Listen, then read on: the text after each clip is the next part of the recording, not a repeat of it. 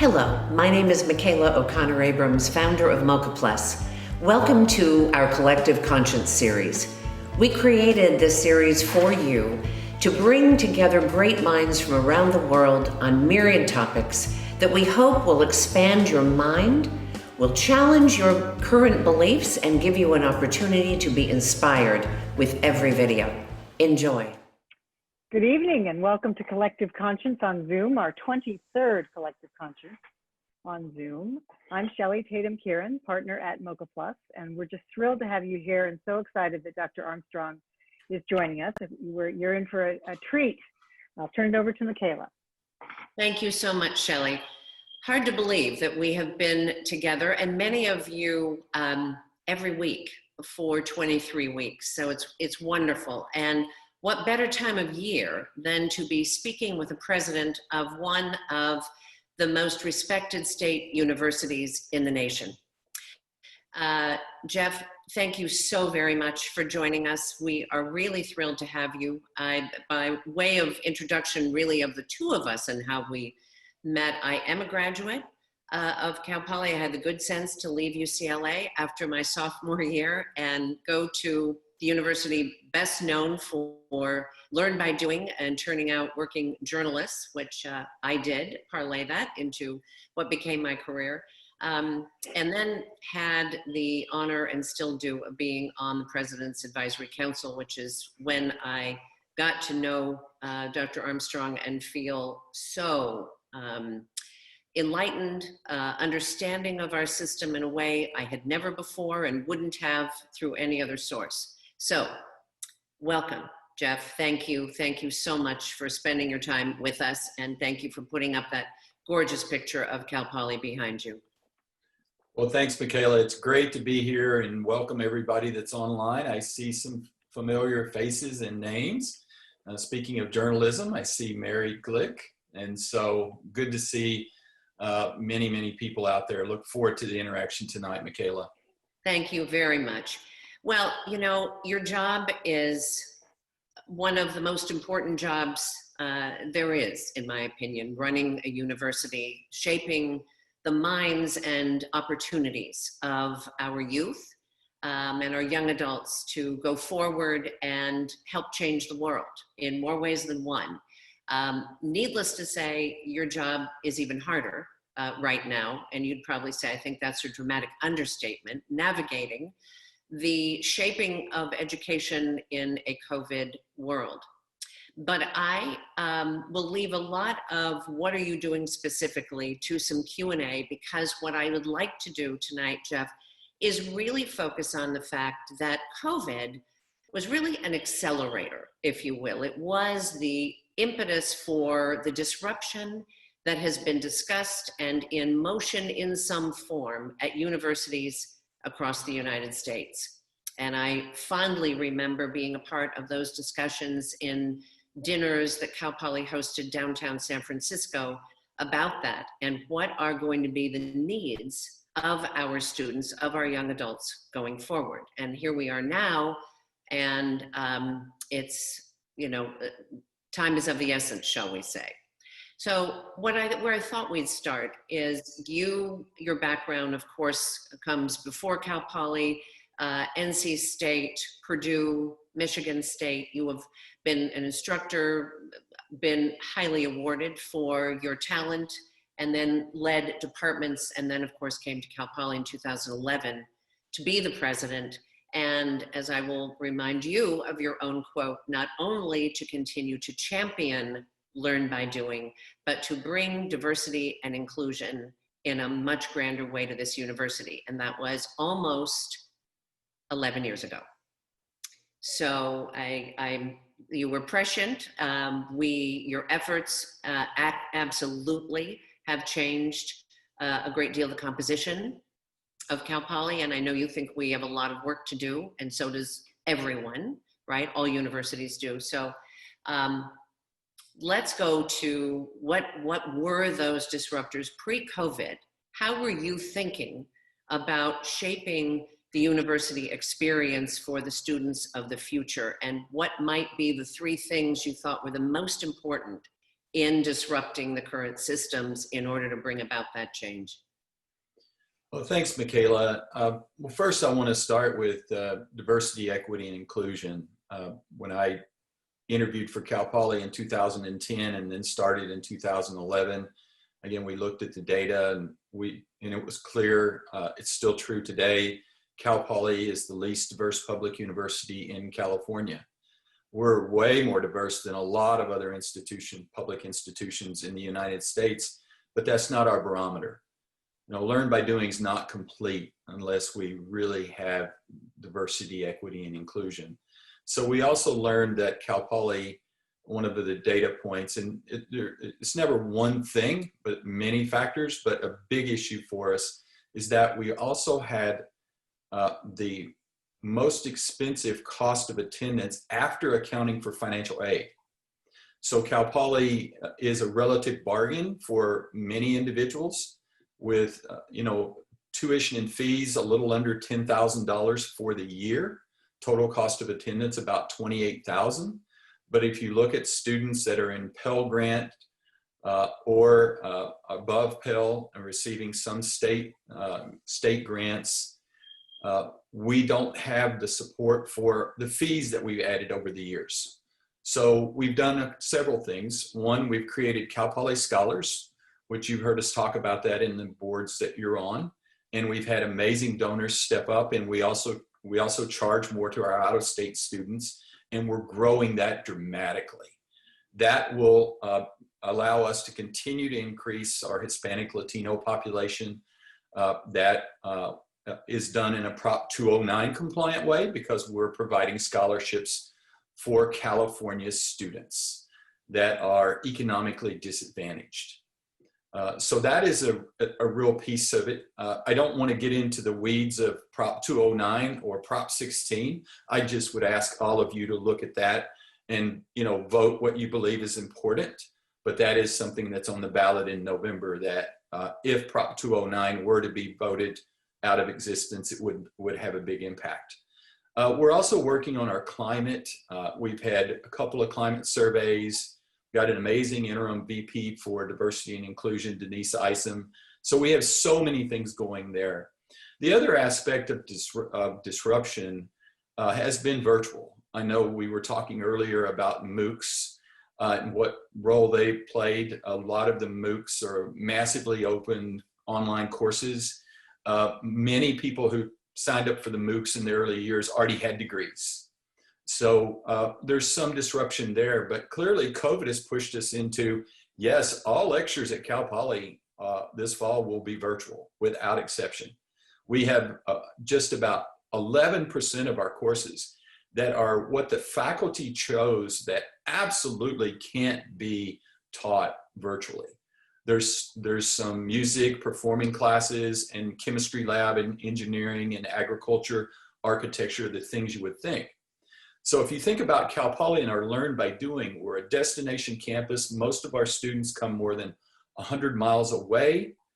And we have an upside down curriculum. And what I mean is you apply to your major at Cal Poly and you start computer coding day one, not your junior year. So Learn by Doing is our superpower. COVID has been like kryptonite. I've been wanting to use that analogy. And it really has, it's been very difficult, but our faculty have responded so well. I toured labs today with our new provost, Cynthia Jackson Elmore, and what they're doing in the labs to keep people 6 feet.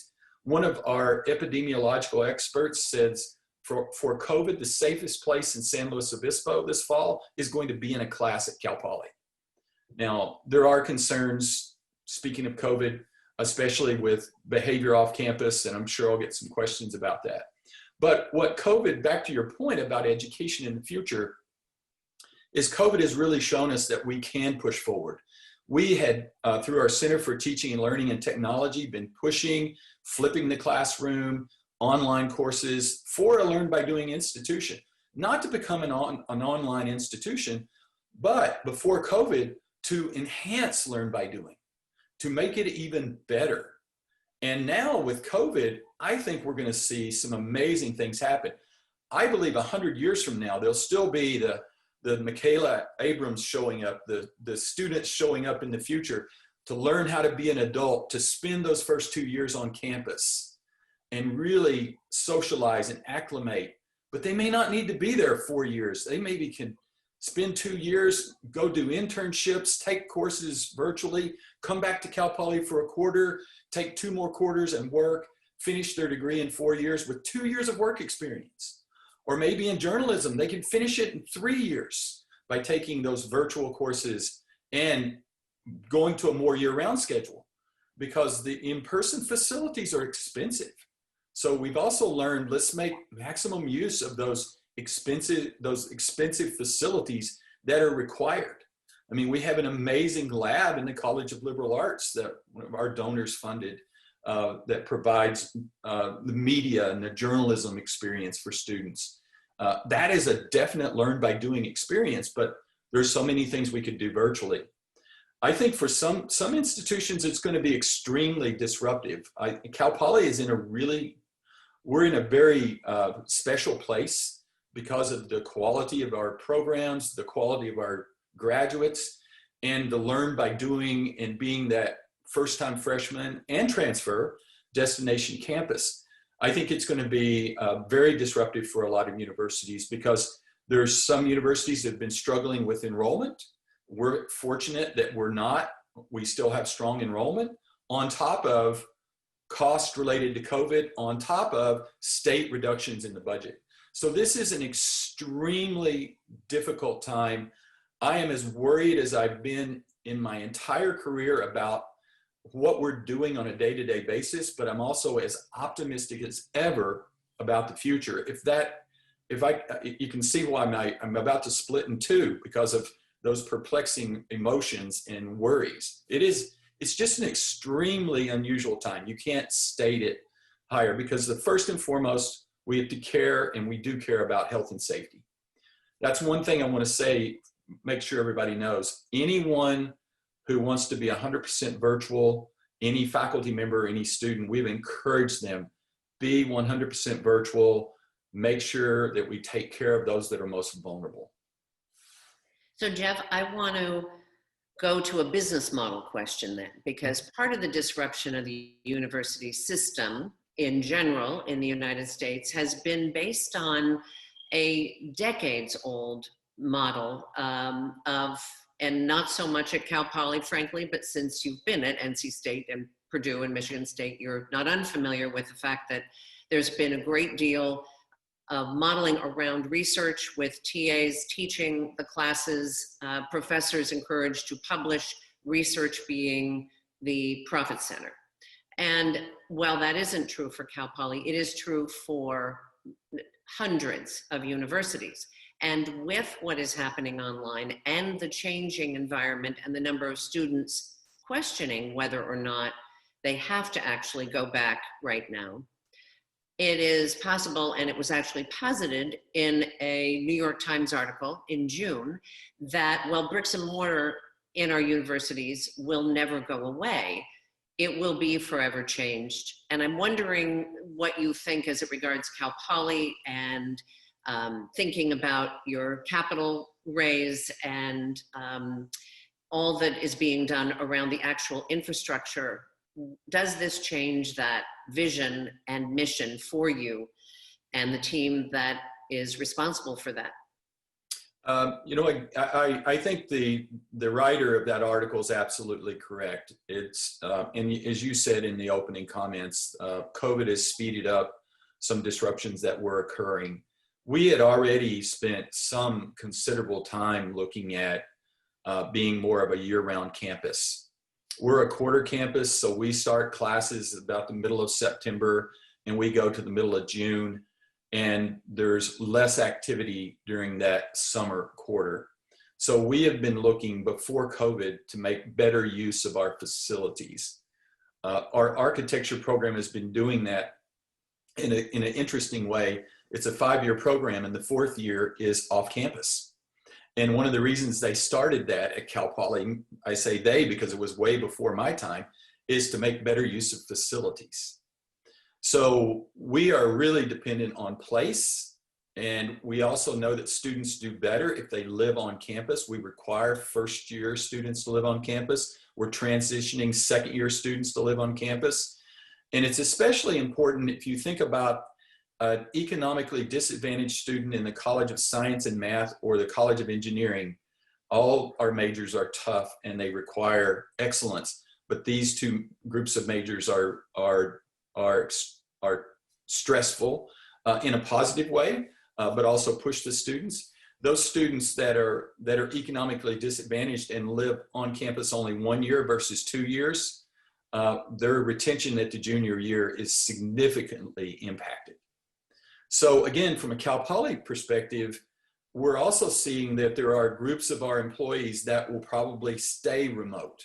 We're working our way through that, but we certainly probably will see, do we have some IT professionals, some of our development professionals? So we're at a really tough crunch for space right now at Cal Poly. Faculty offices, classrooms, more at a premium even than lab space. So if we could repurpose space in the future, that's going to be cheaper than building new space, which we need to do as well. So I think COVID is, it's almost hard to talk about a silver lining in the multiple clouds we have, but there is that silver lining of really embracing the virtual. And then with 5G and increase in bandwidth, increase in what's the next realm of computing, I think we're going to see some of the virtual aspects take off. But some things you just can't make virtual. I'll have to, one of my things that my wife would tell you, I love Star Trek. And so I think about, Star Trek, the next generation or whatever it is, all those things in the future. Even in Star Trek, they were still going to Starfleet Academy 200 or 300 years from now in person. And so even with a holodeck. So again, we're very fortunate in a very unique university.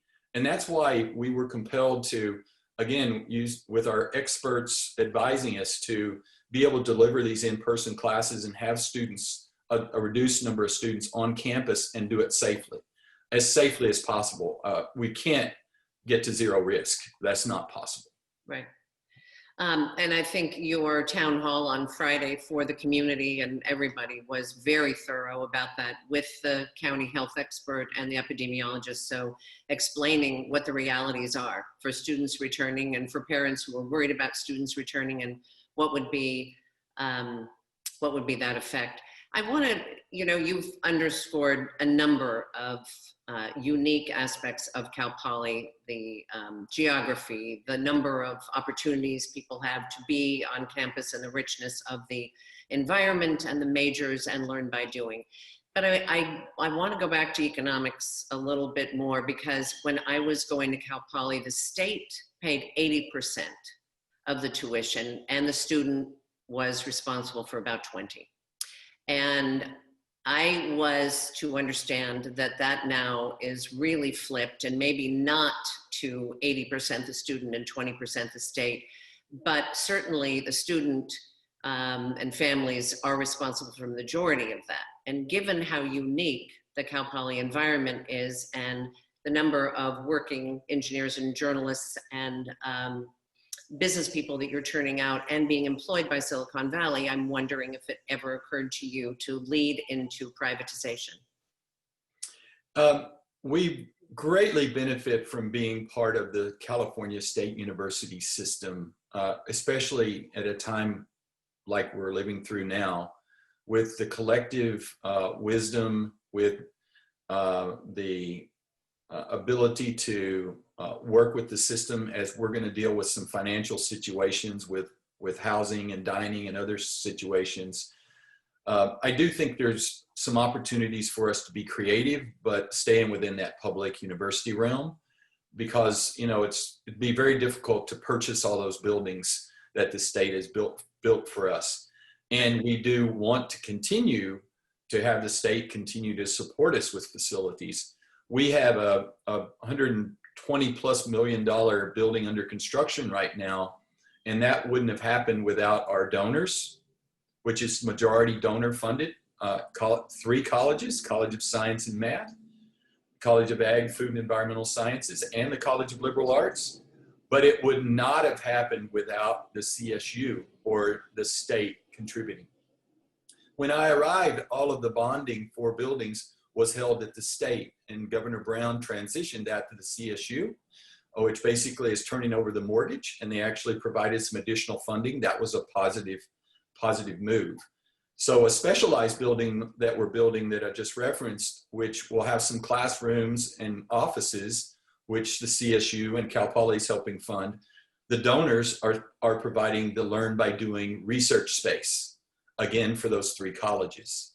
So I think there's ways that we can be more creative within that. To put the numbers in perspective, when I first arrived, I don't remember the number exactly, but the majority funder of a Californian's education at Cal Poly was funded by the state. I believe it was about 55 to 60%. With the most recent budget cut, that is now flipped, in that the state now provides 40% of the tuition and fees, not the total cost of tuition, but the tuition and fees for a California resident to attend Cal Poly. And many people have pointed out that, wow, 30 years ago, when the population was different, the state provided the majority funding. Now the state has dropped funding, and the state is majority minority, at least in our children and moving up. So people are raising those appropriate questions as well. And you know, the investment in the CSU, investment in Cal Poly, is an amazing investment for the future. It's, you know, our graduates do so well. They do well in pay scale, and that's true for the CSU as well.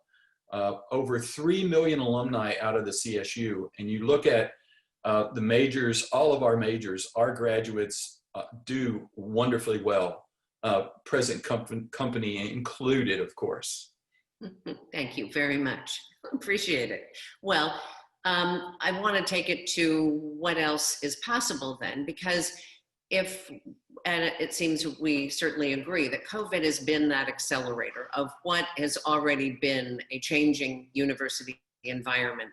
And even perhaps to the issue of diversity and inclusion, to have remote learning and be able to get a master's. So I'm thinking about advanced degrees, a master's, a PhD, by employing the use of the MOOCs, could actually not only help make more global a community fed back to Cal Poly, but enrich the student body and the offering which is already resident in the curriculum as it exists. Is that possible?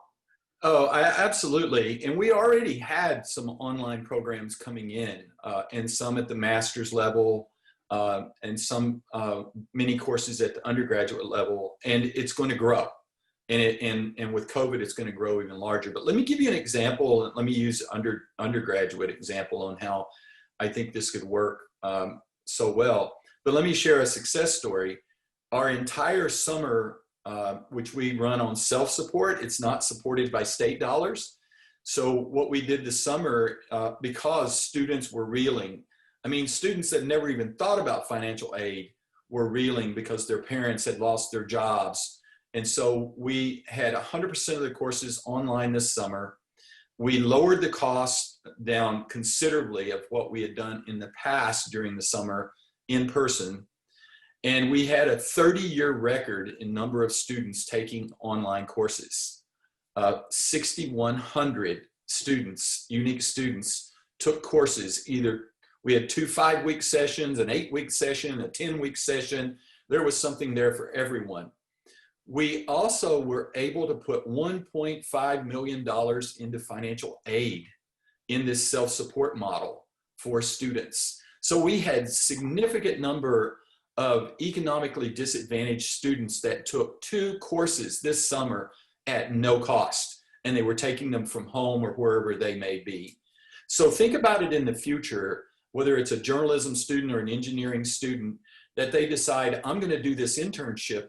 I can do the internship and I can still take some Cal Poly courses virtually while I'm doing it. I'm going to do a study abroad, and I'm going to take courses at the institution I'm visiting, and I'm going to take a Cal Poly course. And many of our, especially in the tech world, you know, Apple loves Cal Poly students, and sometimes they love them for 6 to 12 months. So look at the flexibility that this brings for our students.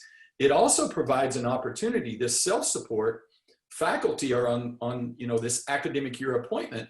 So not only did the students take these courses this summer, but our faculty were able to be paid extra.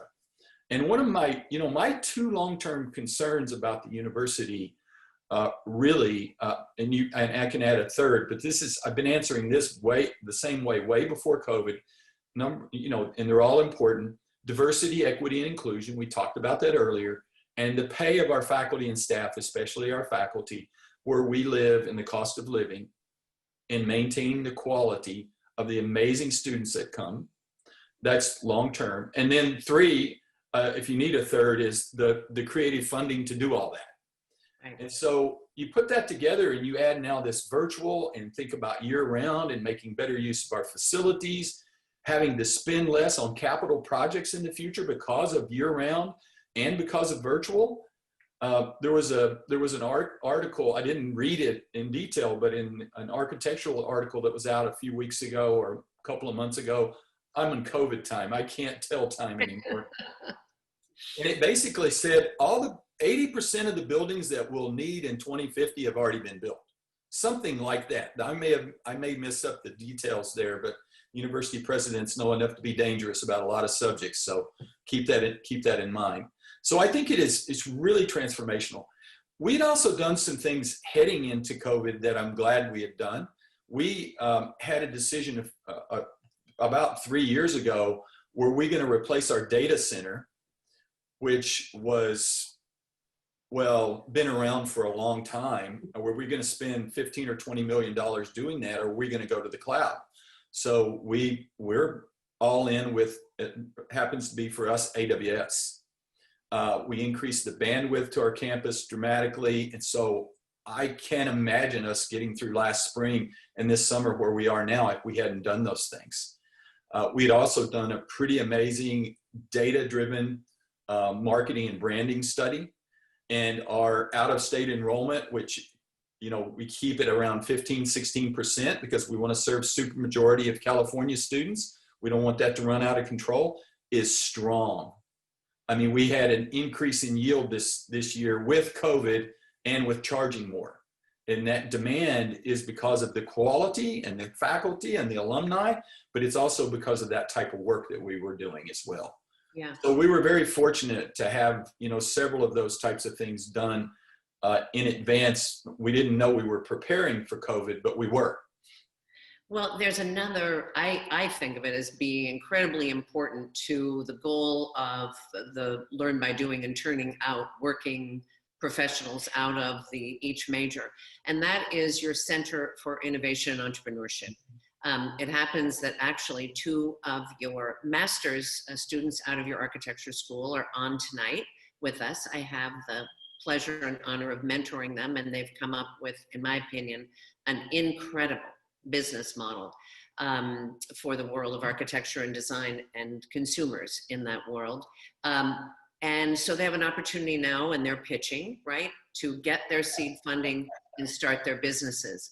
So I hope I haven't embarrassed you, Amir, Salar, and Nushin, but they're incredible students. And the fact that they get to do this at their university and have a mentor and have people watching out for them so that they can stay there, pitch their idea, get their funding, get the exposure they need is really beyond a leg up, especially now with COVID. So how much of an initiative has that been for you, and how much more are you going to be able to resource that so that students can really look at that as one more reason to value the Cal Poly education? It's a really amazing experience, and I'm glad to see our students with us. And I hope you reach out to me with email and we can connect later. I'd love to hear what you're doing, and I'm so glad you're working with Michaela. But we have just a number of students. It really starts on campus. There's an entrepreneurship club. I think it's the largest club on campus. Probably, I think over 10% of the student body is at one time a member of that club.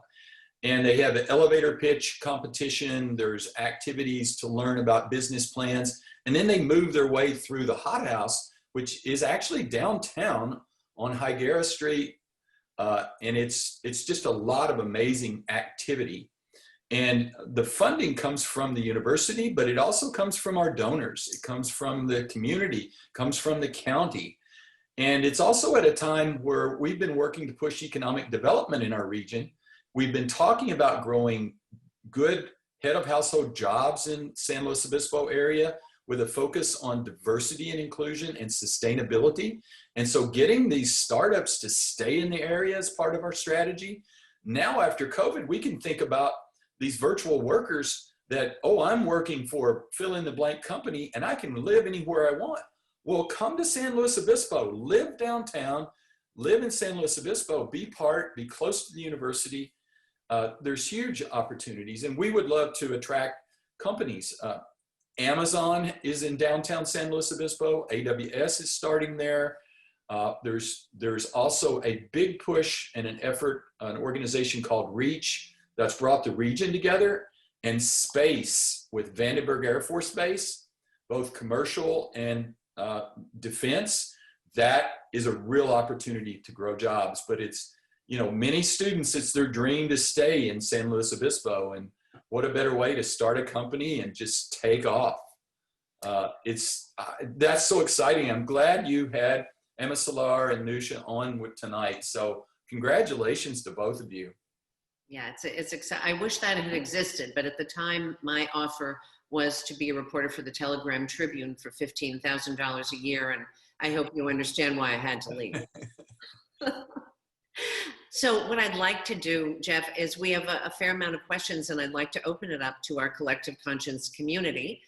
Again, you've got students, you've got past Cal Poly grads, some of whom were in my class, some of whom also serve on other committees with you, like Cynthia Tucson, who I see is on. Oh, yeah. So it's kind of, collective conscience kind of grown as a family here. So we'd love to go to that first question. Shelley, if you will read that out of chat for us, please. Yes, this from Terry at First Graduate. Are you helping students of all economic backgrounds stay current with technology so that they can be competitive? We have had to provide our students with laptops and hotspots so they can do their work virtually, but not all have a safe, quiet place to study. Yes, we have done that. That's a great question. First of all, our foundation board established our Cal Poly Fund for Students, and that's part of the broader Cal Poly Cares, where we've been helping students housing when they have needs. So we were set up to use the CARES Act. Everybody knows about the CARES Act. We received at Cal Poly $14 million. $7 million is to be used to support the faculty and support the university, and $7 million, and we distributed almost all of it, went to the students. So through our Cal Poly Cares and through financial aid networks, we distributed that.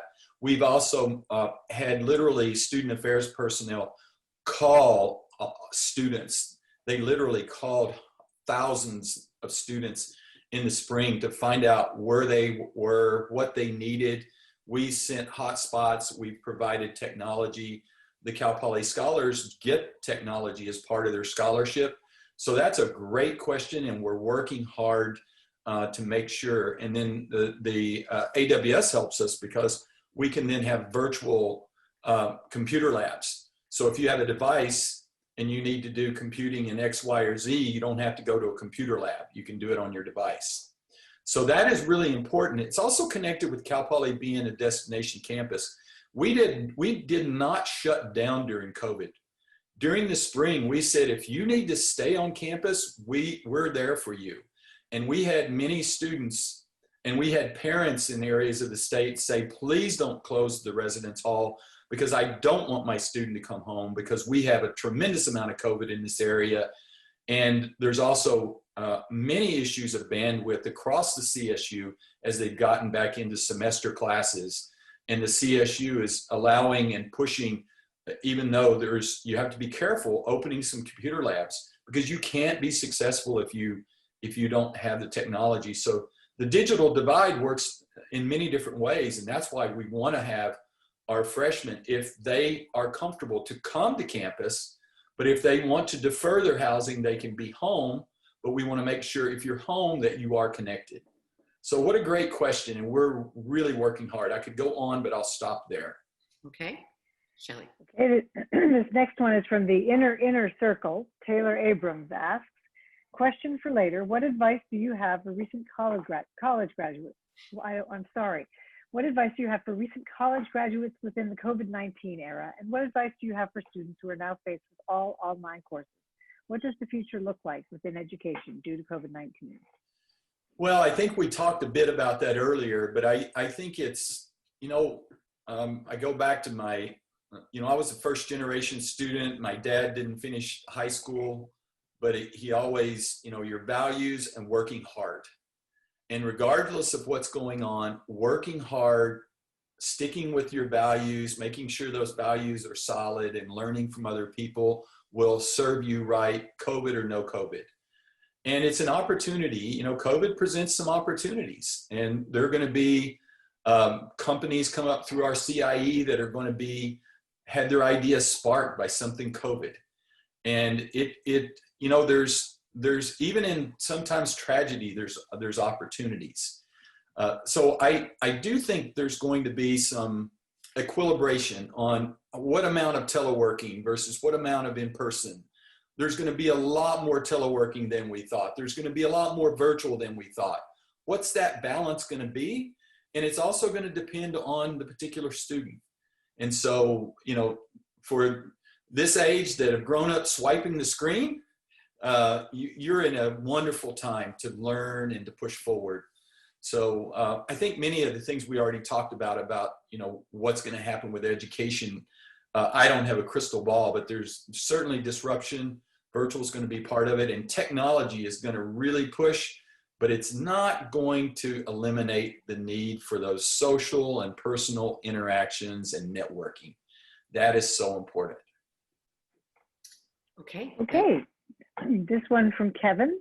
Hi there, Cal Poly Business School grad here. How is COVID affecting admissions this year? I know many first-year students that are waiting a year before starting their college experience. Many of them are going to local JCs to knock out some courses or working. Well, we're very fortunate. We don't really publish numbers this time of year until we see what the final melt's going to be, but I can tell you we're on our target. We had targeted 4,950 new freshmen and about 1,050 transfers. And we are right on target to slightly above, knock on wood. As students are, we are starting the quarter a few days early on September 14th. All of our in-person, the 10% or 11% of our in-person classes will be over by Thanksgiving. We'll have a couple of virtual days during Thanksgiving and finals after Thanksgiving, so students can go home. And having everybody go home Thanksgiving and come back, we were worried about that. So a little bonus answer to your question. But we're fortunate and very pleased that our enrollment is holding strong. Excellent. Okay, this one from Liz Hudson. What types of tools are you providing for students in rural areas who have limited internet access and daily challenges getting and staying online? Well, being a destination campus, over 90% of our students come from more than 100 miles away. So most of them are, the majority of our students are actually in the neighborhood. And so if you think about in a given year, about 12,000 students would live off campus in the city, and about 8,300 would be on campus. We're going to be down to about 4,400, 4,500 on campus, everybody in single rooms. And we're not quite sure yet how many are going to be off campus, but probably between 10 and 11,000. Most of those students signed their year-long lease with landlords in San Luis Obispo before COVID. So Cal Poly could be completely shut to 100% virtual, and no one other than just who had to living in the residence halls. We still have a tremendous presence of students in the neighborhoods. So with all our screening and testing we're going to be doing, we're actually going to be, that's going to be helpful. So we are, as I alluded to earlier, back to the question, we are reaching out and providing, even mailing a hotspot to a student if we need to, in order to make sure they are connected. Because we do have, students that are staying home because of COVID. We had a lot of freshmen defer housing but stay enrolled, and we're tracking them and putting out multiple pleas.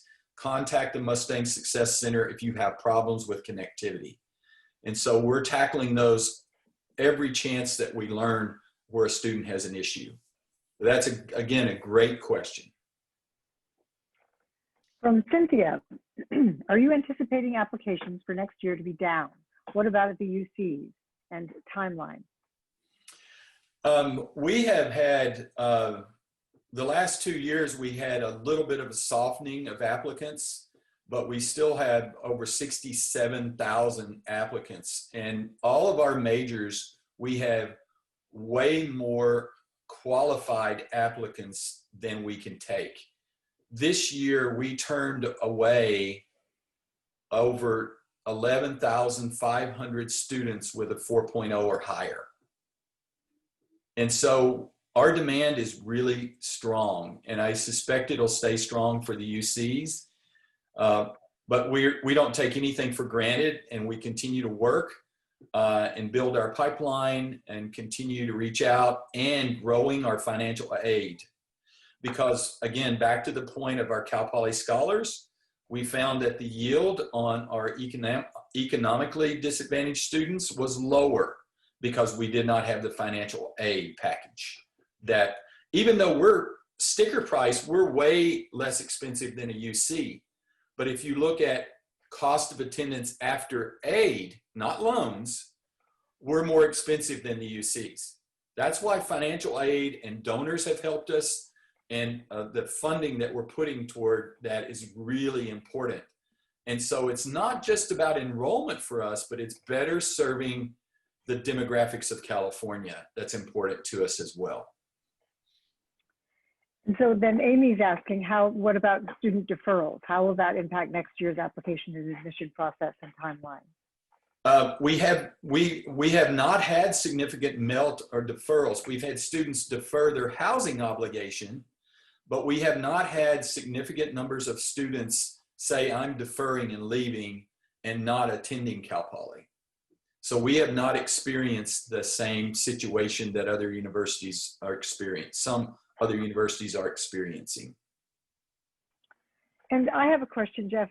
Could you go into a little bit more detail about mental health and how it is that you are, what systems you have in place to identify and connect with students, even new students who may need more mental health services? Shelley, I am so glad, and I hope someone would ask that, because I should have mentioned it earlier. That is a really big issue. I mean, I'm concerned. We could have had doubles with the governor's guidelines, but we knew our population was going down, so we just went to singles, which is good if a student needs to quarantine because they've been exposed. But being in a room with a roommate is a much better situation. We usually have triples, and it's not cause and effect, but students in triples have higher GPAs than student in doubles. And in that freshman living in that traditional dorm style, that works best. Fortunately for Cal Poly, about 2 years ago, our students, through a process, really participated in a plan to increase the student health fee. So we have been, the last couple of years, we're in a multi-year process to increase our student health counselors. Our Vice President, Keith Humphreys, some of you on the line know Keith, has done an amazing job. Best practice is 1 counselor per 1,000 students pre-COVID. We were up to about 2,200 when Keith arrived, and we gave the opportunity to the students to look at what ratio do we want, and they wanted that best and more access to healthcare as well. And that's really important during COVID. There's a lot of issues with mental health. We need to work, and there's students that want in-person counseling, and you can remote counsel, but there's also that concern. And so mental health is very, very critical. And we worked very hard through our orientation program during the summer, which was virtual. And we're having a modified week of welcome, which is our orientation program. It'll be virtual for 100% virtual freshmen, but there will also be some in person for those that are on campus, and it'll be thus hybrid. And those programs set the stage and help the students know. And then the RAs, which we just moved in 115 RAs, all tested negative for COVID, all ready to move in. We're testing all the students, or we're asking them to show up with a negative test. And so those RAs, they're not trained obviously in mental health, but they know the resources and would, make sure people know what's available to them. That is a big issue on a university campus, especially a very high achieving, stressful academic climate that we have. That's why we wanted to be at that best practice ratio of 1 to 1,000. We need to be at 1 to 1,000 because it is Cal Poly Learn by Doing well, let me put it this way. One of our engineering parents was speaking to open house one year and said, my son had been accepted all these places for engineering, and like an engineer, he put all the pros and cons of all these places. And finally he said, Mom, I can study engineering anywhere. And this is the student's assessment, but I get to be an engineer at Cal Poly.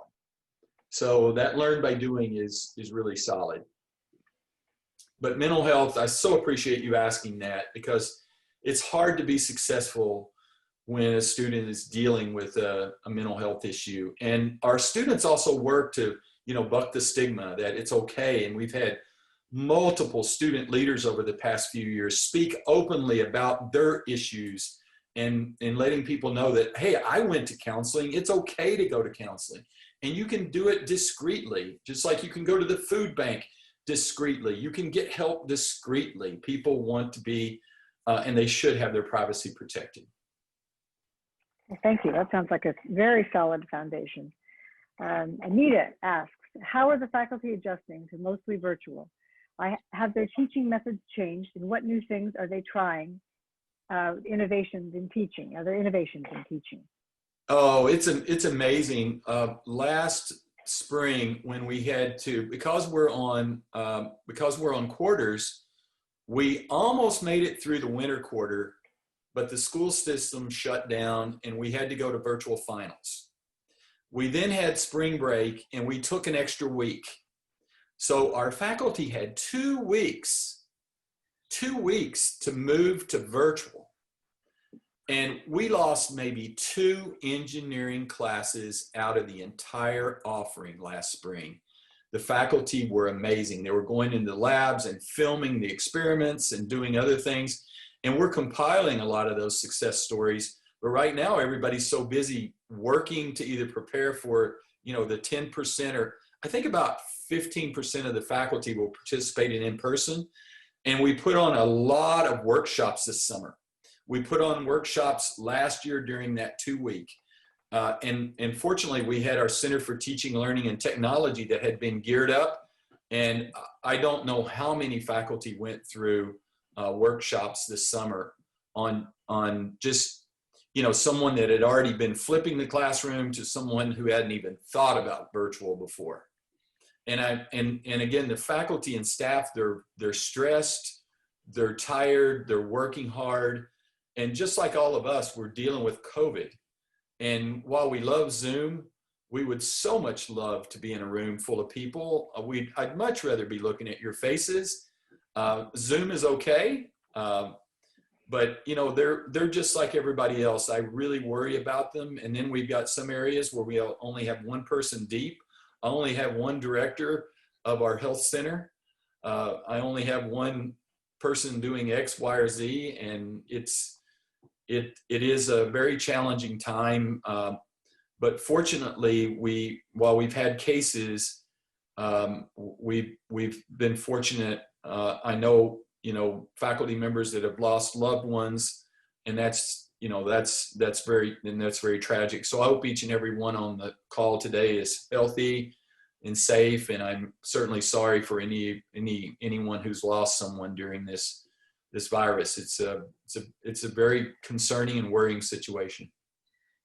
To that end, Jeff, I know that the fires, of which there have, of course, been more than 600 in the state, did impact one part of the Cal Poly campus, and those faculty members lost their homes. And so for everybody in the community, we will be posting that link to help the relief effort for those families.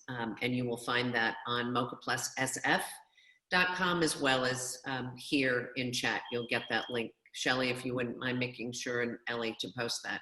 And maybe if you post a town hall for those that didn't get to see it. Happily. I'd love to have everybody see that town hall, Jeff. I think whether you're a Cal Poly student, family member, faculty, the way in which you brought together the team of experts to really talk about everything from the realities of what transmission is and what it means and how long it takes and what it looks like and the different tests and the validity of each. It was one of the best informative things, frankly, I had seen. Well, and back to the question about our faculty and staff in the community, and we have the range of views of, UC Santa Barbara has gone virtual. Why aren't you doing that? And we're learning from every university we can, not just those in the news, but those that are out there. And again, we're making decisions based on science and data. And we are very fortunate to have some amazing infectious disease experts, advising us. And they would be very quick to say, you should not do that. It is too risky. But I also appreciate and respect the views of some who are concerned with what we're doing. And I certainly respect that. And it is just a very, very trying time. Well, I want to thank you. With 2 minutes to go, and we always promise to end on time, Jeff, it really was a pleasure to have you. And I know everybody was able to get not only a perspective of the future of education, the shape of that, but the fact that we're really probably an accelerated path of the journey about this disruption and transformation of our university system. And so I think if you'll promise to come back in early 21, we'll look at what you said today and where we are and how I think we're all eager to know about the next few months on many levels. So thank you very, very much again for the opportunity to be with you this evening. Well, thank you, Michaela, and thanks to all the listeners and our students being with us and some of our own faculty and staff. Thank you for listening. If you have advice, please feel free to share it. And those of you that are alumni or parents or whatever connection you have with Cal Poly, thank you for all your support in the past. And Michaela, back to you. Thank you for allowing me to be on the show. It's my honor. Thank you. Thank you very much. And thank you everyone for being with us. Next week, we're going from very heady topics of alternate universes with Eames Demetrios and now Future of Education with Jeffrey Armstrong to our resident chef, Rochelle Boucher, on having a main event, pun intended, for Lobster Labor Day. So do join us. Lobster Roll Labor Day. Lobster Roll Labor Day. So do join us, and then Eames will be back with us in September, along with author Daniel Rome, and also another author who is on with us tonight about going from venture capital to being the author of a trilogy. So lots of fun content, Jeff. I hope you'll stay with us for other Collective Conscious salons when you have the time. Thank you. Thank you, everybody. Enjoy your week. Good night.